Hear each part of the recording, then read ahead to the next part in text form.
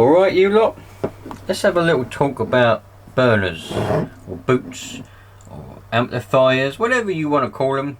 RF amplifiers, they do exactly what, you know, they say they do. They amplify. An audio amplifier amplifies audio, but an RF amplifier amplifies RF.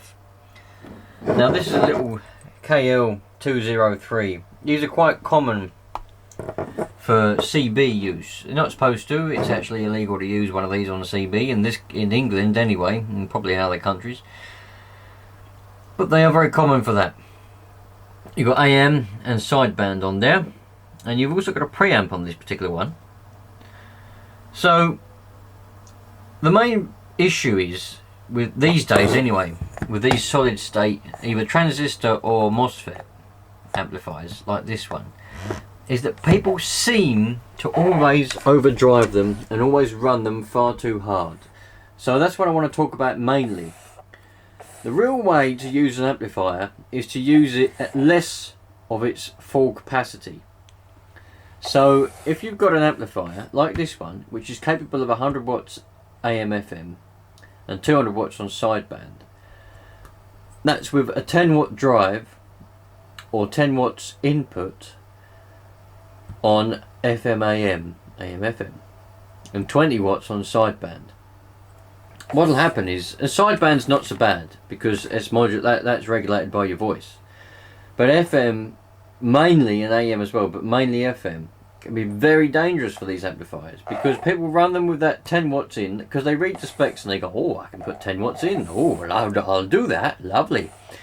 Put the 10 watts in, you're running this at its full capacity. If you're doing loads of talking, or you're keying up for a long time, or you're just doing loads of talking in small bursts even, that can be dangerous too. They do get hot, but the trouble is, if you're running something at its full capacity, you're going to stress it a lot. And what happens is, you get a very bad and dirty signal. So the real way is to run an amplifier at its lowest capacity, or half of its capacity, or somewhere like that.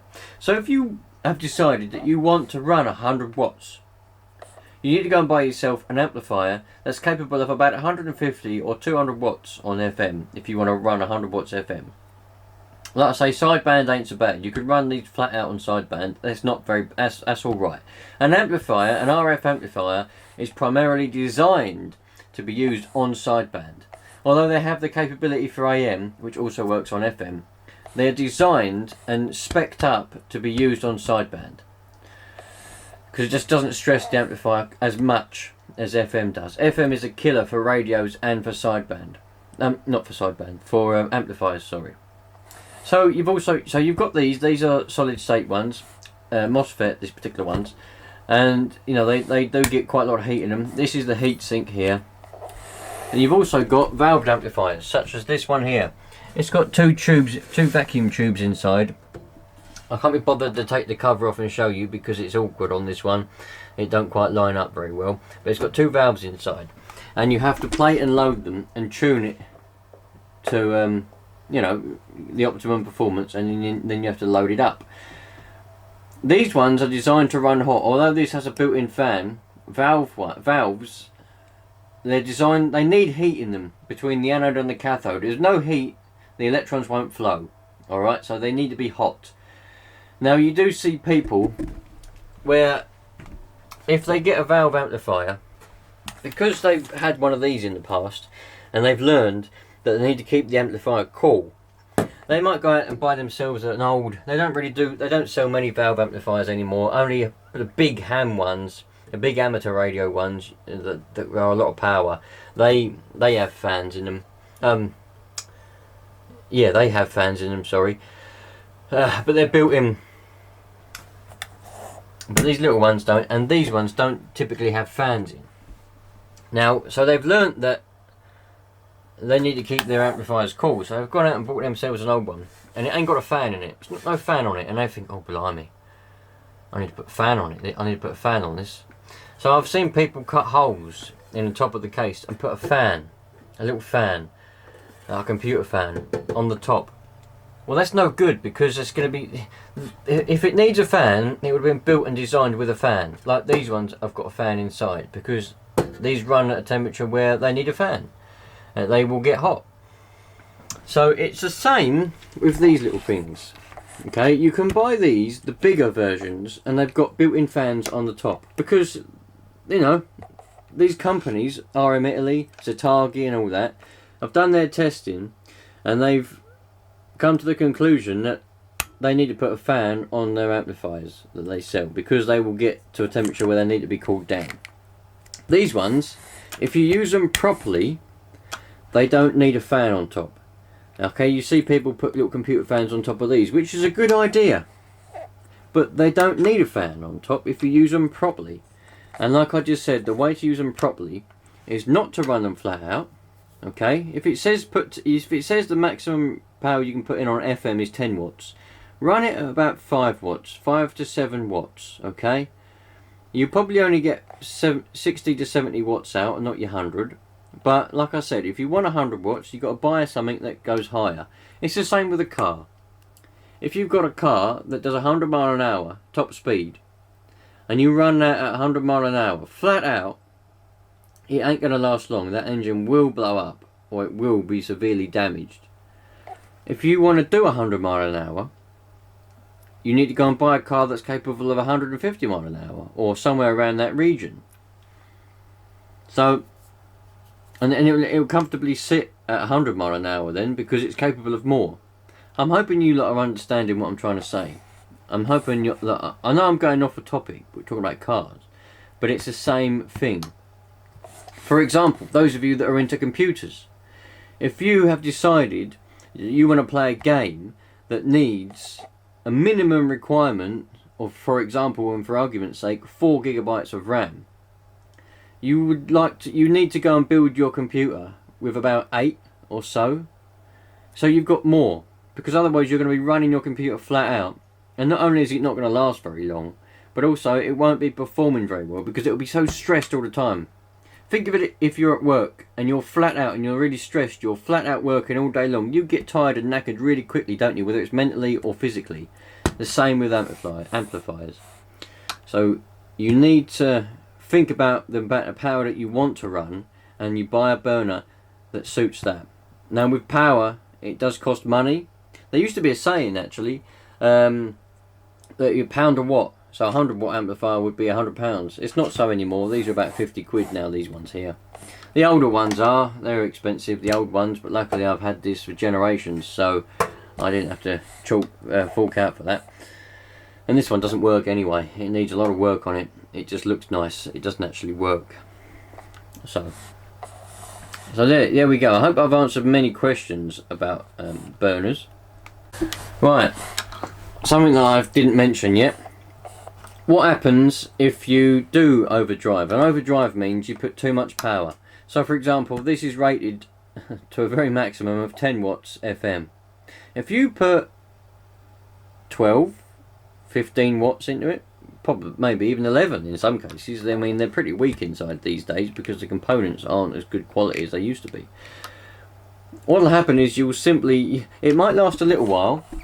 I mean, you can always tell when somebody is overdriving their amp, because when you're talking to them, they'll have a very dirty signal and very bad audio. You can always tell, I don't care what anyone says, you can tell when someone's overdriving their amp or overdriving their radio with modulation, but that's a different story. Or they might have their radio flat out. I mean, some people, what they do is if they've got like a Superstar 6900 for example, they turn the power right up to 40 watts and they think that's fine. Well, the duty cycle on those is about 20%. That ain't going to last long. But also, you can tell when they've got their radio flat out because their signal and audio is very bad. If they turn the power down, they become a lot clearer. Same with amplifiers, you can always tell.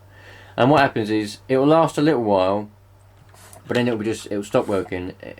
The MOSFETs or the transistors inside will give up, and they just won't work anymore. The same problem can occur if you have a high SWR. These transistor amplifiers or MOSFET amplifiers can tolerate up to about 1.5 on SWR. Anything that and above, they're not going to last very long if you're talking a lot. They will get very hot, and also they won't like it.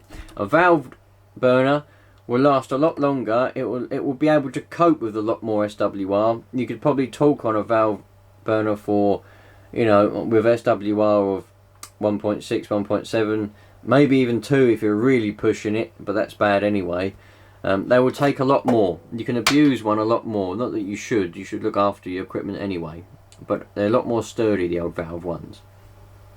I do plan on fixing this up actually and making it work, but that's going to be another project for another day. The parts for this are bloody hard to get hold of nowadays. Now where was I? Yeah, so you need to watch your SWR, make sure it's below 1.5. It even says that, I think, when you buy these in the instructions. And also you could be putting in a reasonable amount of, I think I've already explained that with the fan, but you do need to watch the temperature. These small amplifiers, the heatsink is at the top, okay? So the heatsink is here, so you need to watch the heat on them because they will get hot. And if you could have good SWR, you could have put in a decent amount of power, but if you're keying up for a long time, they're going to get hot. Another thing I see people do is I see them mount them on the wall like that, or like that, or even I've seen some people, bloody Americans, I've seen some of you Americans out there, mount them on the radios. Here's a radio, and they put the burner on the bottom of the radio, like that. I don't know what that's all about. Not only is that just a stupid place to put it, but also the burner's upside down. It'll work, but the heat sinks at the bottom. And what does heat do? Heat rises. Okay, so you've got the components are attached to this heatsink inside with thermal paste and everything like that, because the heatsink does exactly what it's supposed to do, sink the heat out. But if it's upside down, the heat's going to want to go up, and you know there's no heatsink at the bottom. Let me just slide this off so that we can have a little peek. Here's inside. Okay, now this board is obviously attached to the bottom of the heatsink, because you know, so when it's the right way up, all the heat is rising up around this heatsink and dissipating into the air. You can just see the screws, the screw holes there where they're screwed in. See, if it's like that, the heat's going to want to come up and just it's not going to be good. The same if it's sideways. Okay, heat's going to want to rise up sideways, and it's just going to, all these components on this side are going to get hotter than the ones down here, and the heatsink is not going to work properly. There is a bit on the side, but not enough. So you need to keep your burner flat like that, ideally. Yeah, look, it even says in here, please remember that the use of linear amplifiers is ruled by specific laws. These laws are to be known by the user.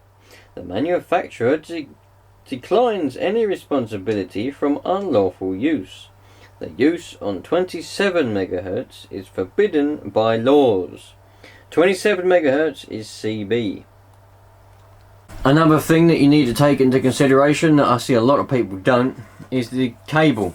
Okay, they come with a short cable because you should really have a short cable. These little ones don't draw a lot of, these probably draw about 10 amps on maximum power, something around there anyway, 12.5 amps, 10 amps, something like that probably. When you start getting into the bigger amps, you're looking at 20 amps, 30 amps, 40 amps for some of the big bastards. You need cabling that can handle it. I've seen people wire up amplifiers with long old cables, and they melt the cables because the cabling is not sufficient to carry that amount of current, and they will melt. Simple as that. And you could have a fire on your hands if your cable is tucked away somewhere. It's only 12 volts or 13.8 volts, but still, the amperage, it's the current that's the current's the killer.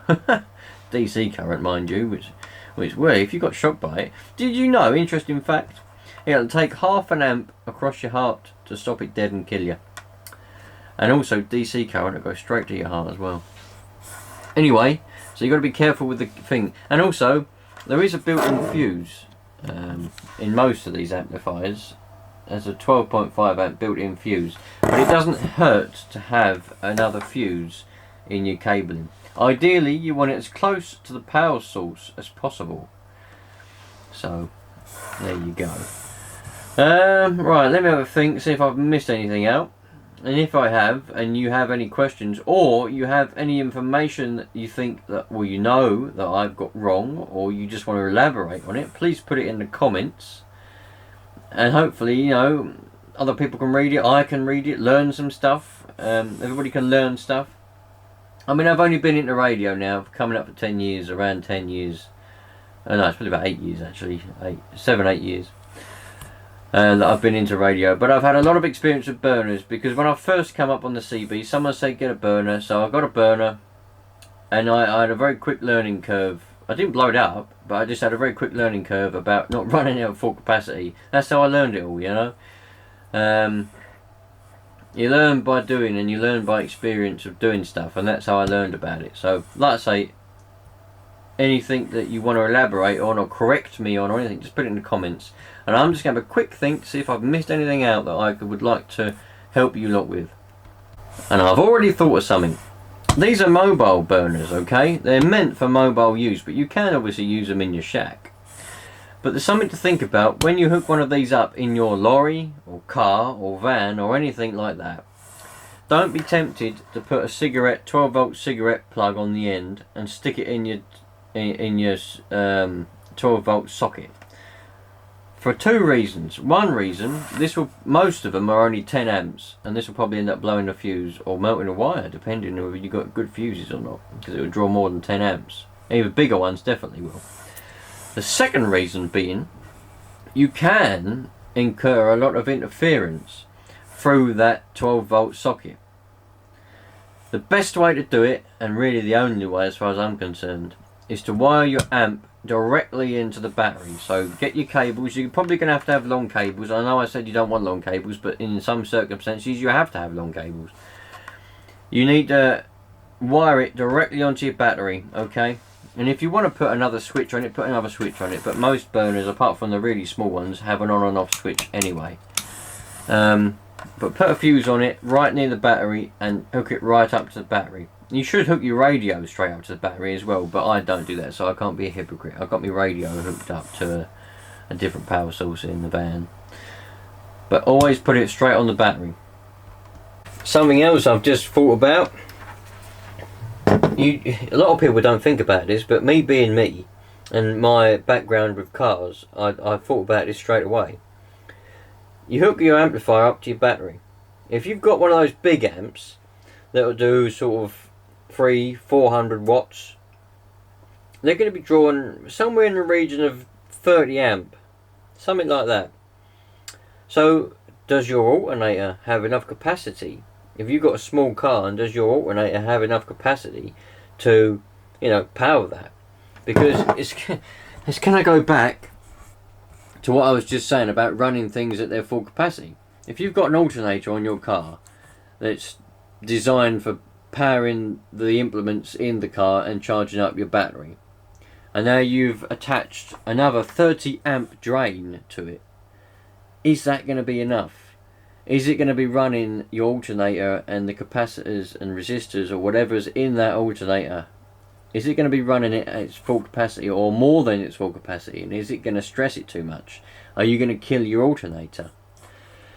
When I was a kid or a young teenager, I used to put sound systems in my cars. And I had audio amplifiers, and I can't remember, like 1200 watts, 2000 watts. Hooked all up to my battery with the alternator.